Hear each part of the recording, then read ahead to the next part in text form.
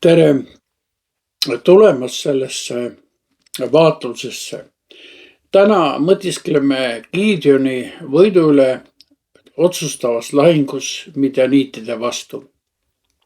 Kujuta ette olukorda, kus sa pead minema lahingusse, kuid relvad, mis sul kästakse kaasa võtta, on ausalt öeldes kummalised. Kas me usaldaksime juhti, kes meile minekuks annab tõrviku ja pasuna? Täna me just sellist lahingut Gideoni elus vaatlemegi, kuid kuulakem selle kirjelduse originaali. See on kohtumõistjate raamatu 7. peatükis 16. kuni 25. salmini. Ja ta jaotas need 300 meest 3 salgaks, andis neile kõigile kätte sarvpasunad ja tühjad kruusid ning tõrvikud kruuside jaoks. Ja ta ütles neile, vaadake mind ja tehke nõnda samuti. Vaata, kui ma olen jõudnud leeri servani, siis tehke nõnda, nagu mina teen. Kui ma puhun sarve, mina ja kõik, kes on koos minuga, siis puhuge ka teie sarvi ümber kogu leeri ja hüüdke Issanda ja Gideoni eest. Ja Gideon ning 100 meest, kes olid koos temaga, jõudsid leeri serva keskmise öövahikorra alguses. Just siis, kui valvurid olid seatud kohtadele. Siis nad puhusid sarvi ja purustasid kruusid, mis neil käes olid.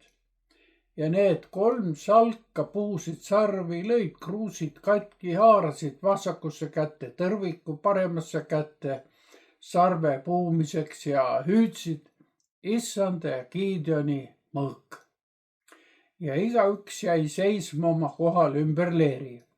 Aga kogu leer jooksis, karjus ja põgenes.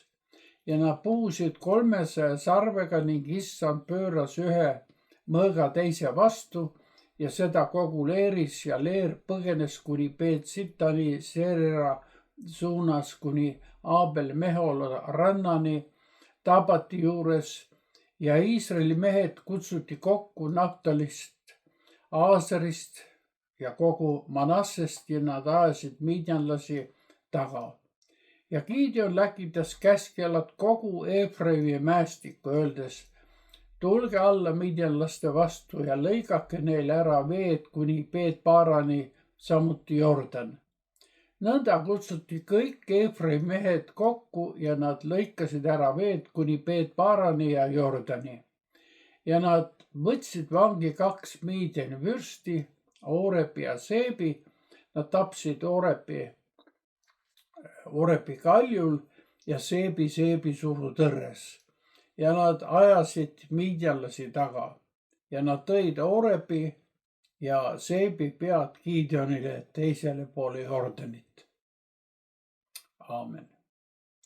Me näeme, et Jumal juhib Gideoni ja Gideon teeb siin inimmõistusele midagi täiesti arusaamatut.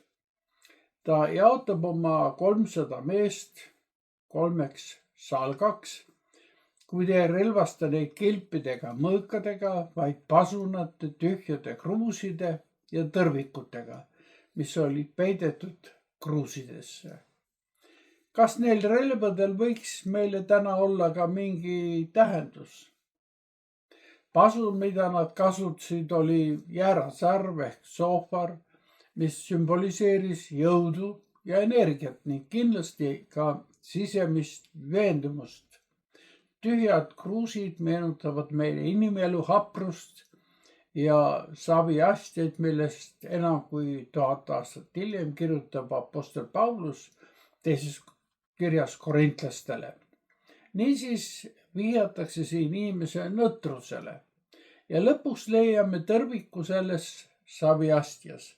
See on inimliku nõtrusega ümbritsetud Jumala tunnetuse valgus.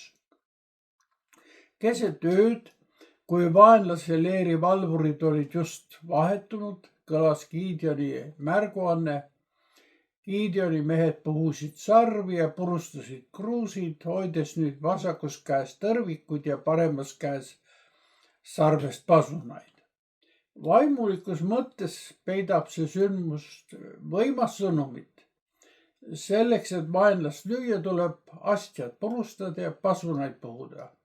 Me ei saa näidata maailmale Jumala valgust ega anda tunnistust, kui me ei aseta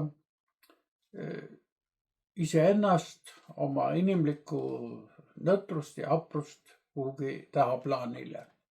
Tõeline valgus saab paista vaid siis, kui meie saaviastjad on murtud, kui meie eneseuhkus kaob ja me lõpetame toetumise oma lihalikkusele.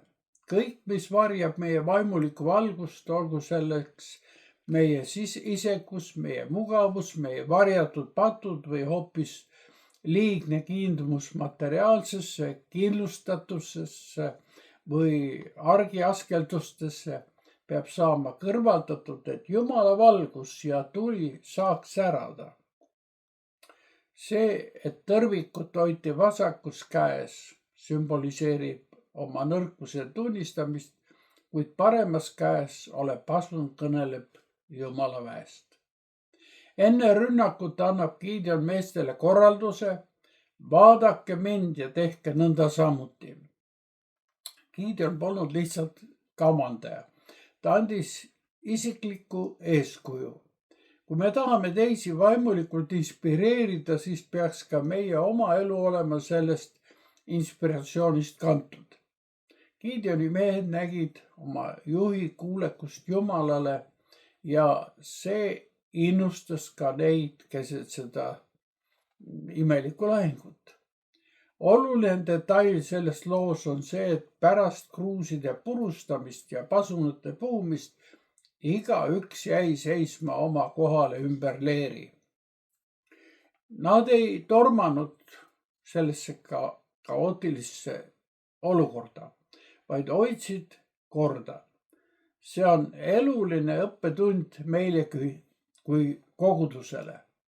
Igal usklikul on siin oma koht ja eriline ülesanne, mille ta on Jumalalt saanud. Tänapäeva kristlik maailm kaotab lahinguid ja tunneb jõuetust just selle tõttu, et meid on vallanud rahulolematus ja individualism. Igaüks toimib nagu pähe tuleb ja seda ütleb. Tegelik vaimulik jõud seisneb aga sõltuvuses Kristusest ja kuulekusest tema juhtimisele. Kui me seiseme ustavalt oma kohal, siis saab Issand võidelda meie eest ja külvata vaenlase leeri ka segadust.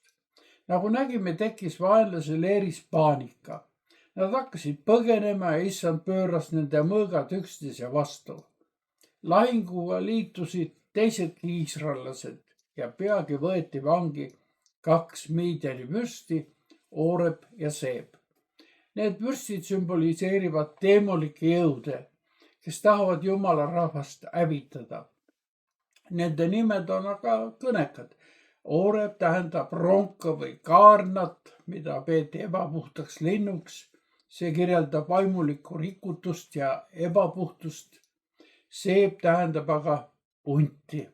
Unt sümboliseerib siin vägivalda, röövimist ja hävingut. Kuid vaadake, kus need kurjuse esindajad lõpetavad. Oreb tapeti kaljul ja Seeb surutõrres. Kalju vihjab pühakirjas sageli lepitusohvrile, surutõrs õiglasele kohtule. Nii viitab nendegi kurjuse väejuhtide lõpp Golgata ristile, kus saatan ja tema meelevald murti ning viimse kohtumõistmise surutõrrele suurel kohtupäeval. Hea sõber, küsi endalt, mis on täna sinu elus see kruus, mis vajab purustamist, et Jumala tunnetuse valgus saaks särada. Kas sinu kruusiks on pidev vajadus omada kõigis asjus oma õigust või midagi muud? Ja kas sa oled valmis seisma ustavalt sellel kohal, kuhu Jumal sind oma plaanis on pannud. Ära karda oma nõrkust, vaid lase Jumala valgusel paista. Arvesta sellega, et Jumal võitleb sinu eest. Ole õnnistatud ja kohtume järgmise kohtumõistjate raamatuloo vaatlusel.